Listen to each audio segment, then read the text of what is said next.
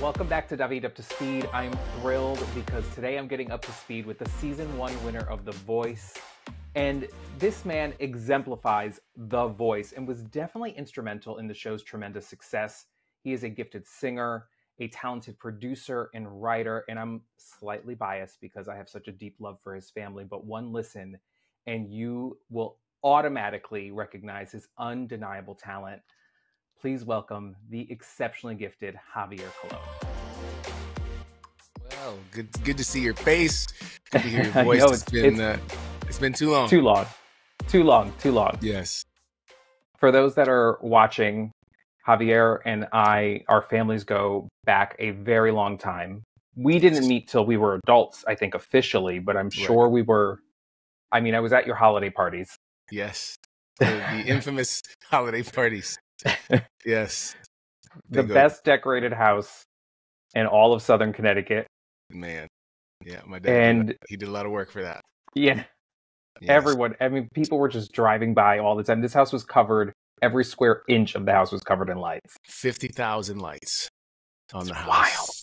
50,000 lights. Yeah, it was crazy. It was a project that he started,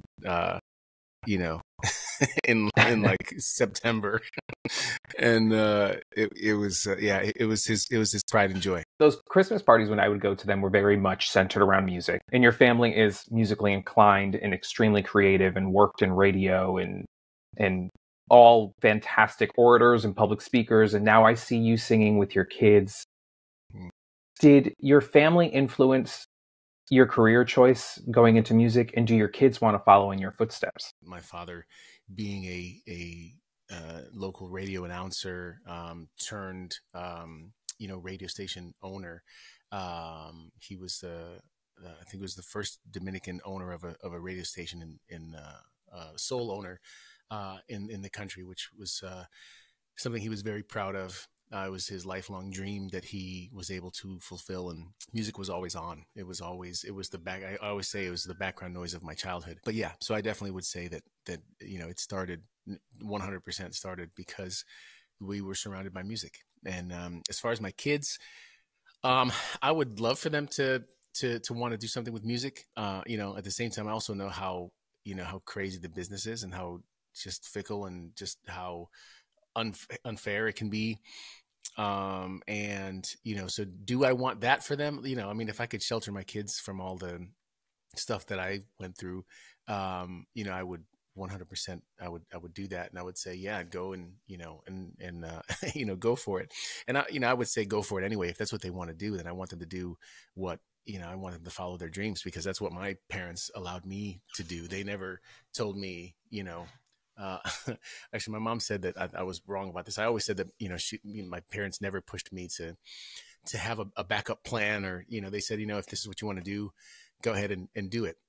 But then in a conversation I had with my mom a couple years ago, I mentioned that, how I say that about our, relationship, and, when I was going into music, and she said, no, Javier, I don't know if you're remembering that correctly. And I said, what do you mean? And she said, Javier, I told you, that you should maybe think about some other things as well. Not that I doubted you, but I wanted you, to just, think about, going into, if you wanted to do music education, or, if you wanted to have, some sort of degree. She said, but at that time, you were so focused that I don't think you actually heard what I said. You kind of went in one ear and out the other. As happens with teenagers, and having teenagers, I was like, that is absolutely plausible, Mom. That's absolutely, that is a plausible thing that could have happened. All that to say that if my kids wanted to go into music, I would 100% support them with every bone in my body. I don't know. And what a great person to get advice from for your kids, to hear it directly from you, who's been in the industry and seen it on so many different levels. It's yes and no. As it is with most teenagers, they don't necessarily want to take advice from dad. So in some cases, they will. I love how musically inclined your family is, and music just is so important and brings people together in such a way. I remember when you were wrapping up at The Voice and going to see shows of yours in Connecticut, and your dad was always there and so supportive. Uh, I love talking about your parents because I have a deep love and admiration for both of them. Mm-hmm. My parents and your parents were such good friends. And I remember as a kid, I'd come downstairs and if my mom was cracking up, it meant she was talking to your dad.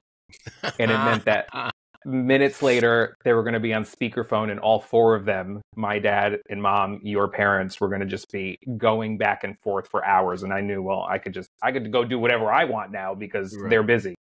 Right. I saw how they supported you, but can you talk a little bit about your parents and how they helped you manage, especially that time in your life? It's so funny because just, a couple of weeks ago, we decided to start watching the first season of The Voice as a family. Because my kids, my girls were young. They were like not even 4 and not even 2.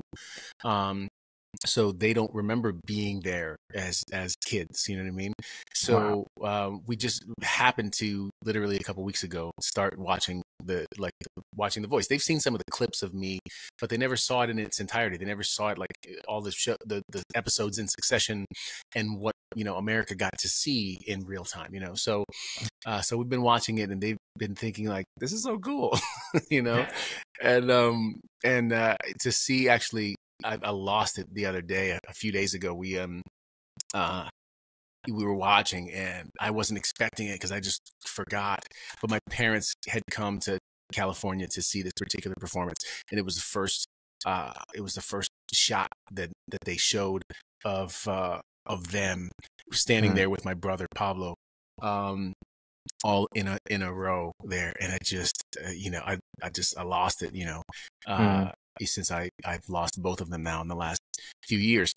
So it was awesome to see them there, and it meant the world to me to know that they, as they had always had, that they would be there to support me. It was probably a really scary time for you. What lessons did you learn coming out of that experience, not just from the show, but everything that you might have learned about the music industry following your win?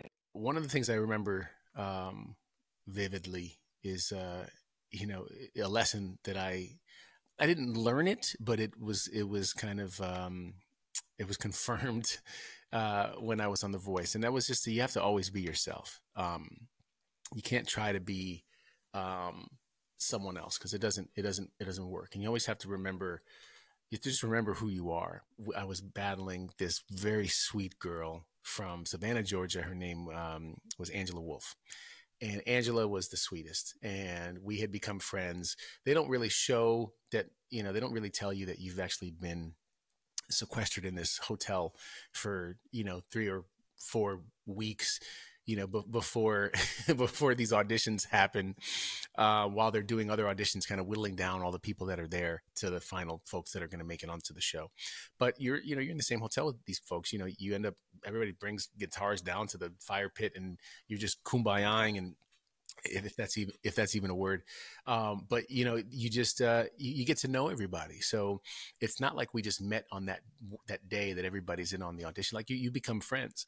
And they'd ask me about Angela. How do I feel about Angela? I love Angela. She's amazing. I hate that we have to perform against each other. So we're not going to really do that. We're just going to try to make the best performance that we can make. We're going to do it together, and the chips are going to fall where they may. And yeah, do I hope I win? Yes, I do. But will I be happy for her? I absolutely will be too. So that was kind of how I would answer, questions in that particular interview. And then kind of towards the end, they would say, okay, Javier, I just need a quick soundbite from you. Can you say, Angela's great, but she's going down? And I was like, no, I won't say that. And they're like, why? And like, this because I would never say that. And I'm already I'm thinking ahead to, if I say something like that I wouldn't say to Angela's face, and she's watching this episode with her whole family and friends surrounding her, she might have been saying, oh, Javier's this super nice guy. And then, right, as they're about to watch the the battle, because it's all taped and edited before it goes to TV, that I would feel horrible if she felt disparaged by something that I said in a soundbite that they kind of asked me to say that weren't even my words. In that time period, we were seeing the America's Got Talent, American Idol, and a big part of those was bullying and making fun of people on camera. Yeah. And there was a lot of shock value for, at the time, what Simon Cowell was doing and being aggressively critical of talent and pitting people against each other. American Idol had a couple different scenarios where that happened. So for you at that time period, to say, no, I'm not going to go in that direction, though it was probably the popular thing to do in reality TV, especially a reality TV show competition, says a lot. And now the show doesn't do that. It seems like they want everyone to say that they're friends and buddies and they're so sad. So you might have changed the trajectory of that show by standing your ground. And I think that you being you has been the reason that so many of your fans cling to your music, because I think a part, and correct me if I'm wrong, but a part of your music style is storytelling. Like I listen to your music and there's a story that travels through it.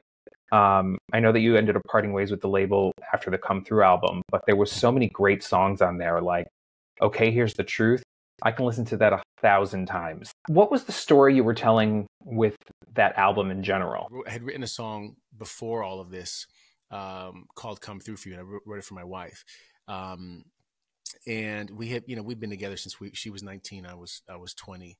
Was when we got married. So we met a year and a half before that. So we were married when we were still in college. And, if that record deal kind of shot us to the moon, and then, you had this fall from grace where you feel like you're not good enough again. And then I'm still trying to make it, I'm trying to get back into the business and trying to, to still do this dream that I've wanted to do for my whole life. And my wife stood by me and she, allowed me to keep going and to keep dreaming. And I couldn't have done it without her. And there came to a head at one point where it was like, we're not making it right now. And we don't know what we're going to do. And I wrote this song called Come Through For You because I was like, I feel like I'm close. I feel like it starts out, I'm so sick and tired of making excuses for why things are how they are. Cause I was still trying to find my way. And the next line is, I hope, I know I'm the reason, but I hope you're not thinking that I can't turn this boat around. Like I'm trying to really, come through. So at the, in the chorus, it says to try to believe into something to hold on to. I know you've been waiting so long, but try to believe in this something because it wouldn't mean much without you. This is a real story. I am currently going through a career transition over the last several years, pursuing this hosting career. And my husband is also a creative, works in the makeup industry, but has found his groove. And he's doing his thing and he's comfortable. And when I made this shift, was feeling like I'm letting us down. And I literally listened to that song and was like, I just need him to know that I'm going to figure this thing out. Right. And right. I appreciate his patience. Right. So the message 100% came through for me. That's awesome. 100%. It came through. Now I have the rights to kind of re-record some of my older stuff. I've always wanted to, there's a lot of folks that are fans of mine from The Voice and to present, that aren't familiar with, with my songs from my first album that was on Capitol Records that I'm very, very proud of, that nobody really, I shouldn't say nobody knows about, because some folks, did know about it. And I've had fans from that have been riding with me from back then, which I love and I appreciate. I'm excited to hear new music. I'm excited to hear older music redone.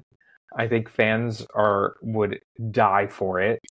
Thank you. I hope they would. I hope they would like these songs that most of them probably have not heard. So we'll that's the goal is to release some music in 2024. And I can't wait. Yeah, I look forward to it. I can't wait. Well, this has been so much fun. This is also David Up to Speed, so I'd love to get up to speed with you with like a quick, fast round of questions. Let's do it. All right. I love it. So first one, if you could choose any voice coach, past or present, except Adam, who would you choose? Oh, it's not fair. You know, I would have to go with Blake. Oh. I'd have to go with Blake, I think. Is there a song, an album, an artist that you're listening to on repeat right now? We're listening to a lot of Noah Khan right now in our house. My wife is obsessed with Noah. He's such a great artist. Now, do you have a favorite song to perform? It changes, you know, as you perform songs. So like sometimes it's your favorite. You're like, oh man, I can't wait to sing this song. And sometimes it's for different reasons. Sometimes it's for you because you just want to sing it. But sometimes it's also because you know what it's going to do to the audience. Like, you know that they're going to have an experience that's different than what they may have expected when you sing a particular song. So you know, right now, one of my favorite songs. I mean, I love so many other people's songs. It's not even funny. I mean, I have favorite songs of mine that I play all the time. But one of my favorite songs that I'd like to play recently has been "Take on Me" by Aha, the old '80s tune. Now, I used to legit hate this song. Never loved the song in its original form, but I heard them do an unplugged version it was like an MTV unplugged that they did like in 2018 that randomly came on a YouTube playlist that I was listening to or watching. And like, I could not stop watching. I had to like on repeat over and over and over and over again. So I do a version of that song, and it is awesome when you get to actually kind of hear the lyrics and you hear it in a slowed down acoustic version, the way that they did it in that MTV Unplugged, and the way that I do it. It's a completely different experience for folks who know that song. So I would probably say that one is one that I have enjoyed playing recently. Is there a song that scares you? A song that scares me.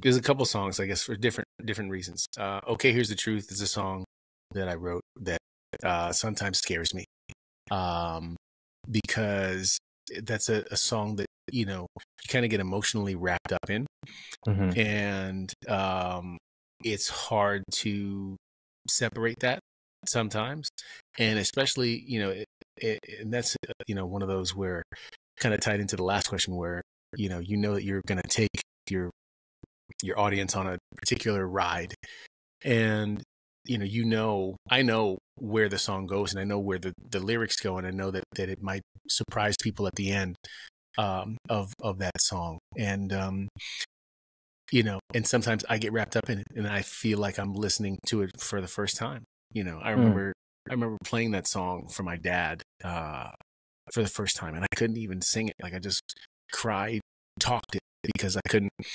You know, I had written it, you know, shortly after my mom had been diagnosed with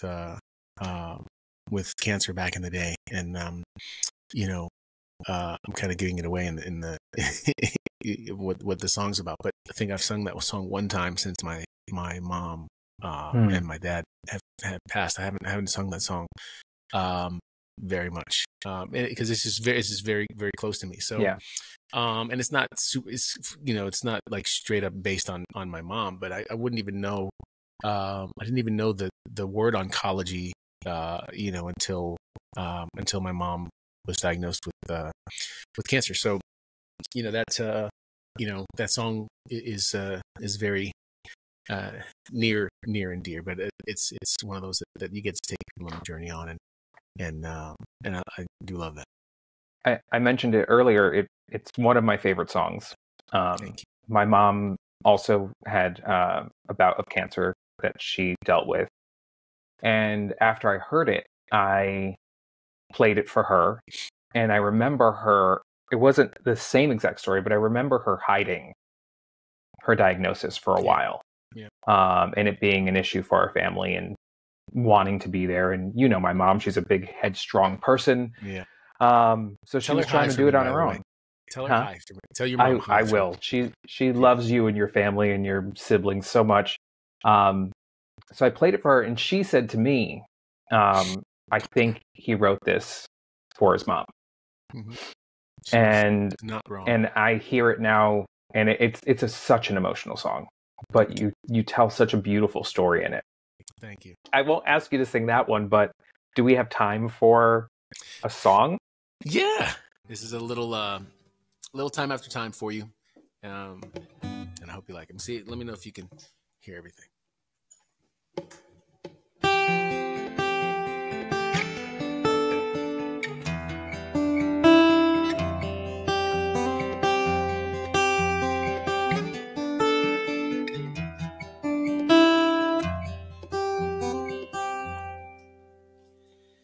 I'm in my bed, I hear the clock tick and think of you, caught up in circles. Confusion is nothing new. Flashback to warm nights almost left behind. Suitcase of memories. Time after, sometimes you picture me walking too far ahead. You're calling to me. Can't hear what you have said. And you say, go slow, I fall behind. The second hand unwinds. If you're lost, you can look and you will find me. Time after time. If you fall, I will catch you. I'll be waiting. Time after time. If you're lost, you can look and you will find me. Time after time. If you fall, I will catch you. I will be waiting. Time after time.